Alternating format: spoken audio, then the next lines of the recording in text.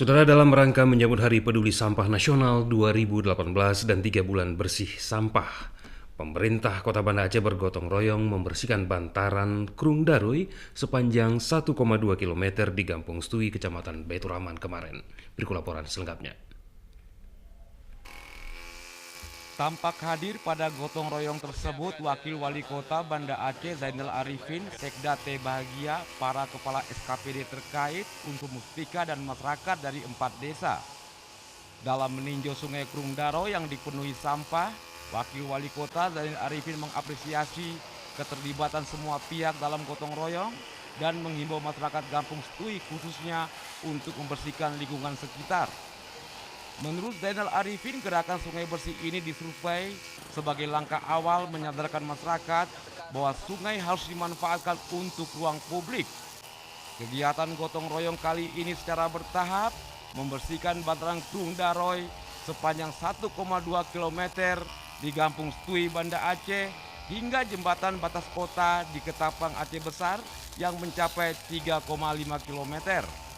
Kepala Dinas Perumahan Rakyat dan Pemukiman Perkim Kota Banda Aceh, Jalaluddin, mengatakan gotong royong sejak dulu sudah ada dan sekarang digalakan lagi.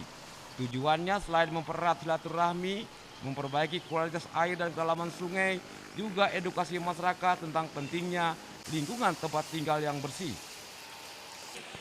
Yang pertama sekali, ini gotong royong ini sebenarnya bukan hanya untuk membersih sampah, tapi untuk menyadarkan masyarakat bahwa sampah ini ini tidak bermanfaat atau membahayakan bagi lingkungan. Ini yang paling penting, dan kita menyambut baik terhadap apa yang dilakukan gerakan pada hari ini, meskipun kita jujur hari ini kita nggak maksimal. Ya, tapi hari ini kita menyebutkan dengan gerakan gotong royong ini sekaligus sebenarnya intinya kita untuk mensurvei kondisi yang akan kita bangun jalan lingkungan di tanggul sungai sebagai kapasitas publik. Sungai ini yang punya sejarah sangat bagus, yang disampaikan oleh Pak Wakil, ini punya histori kan, kerajaan Iskandar Muda dulu membangun sungai ini. Ini yang terus kita kembalikan, coba kita kembalikan. Tahun ini kita coba infrastrukturnya dulu. Infrastruktur kita tata, pedestriannya, kawasan ini menjadi itu. Ini dana ini dari murni APBN dan sakernya juga dari kementerian. Kita hanya membantu menyediakan lahan, seperti ini sosialisasi kepada masyarakat.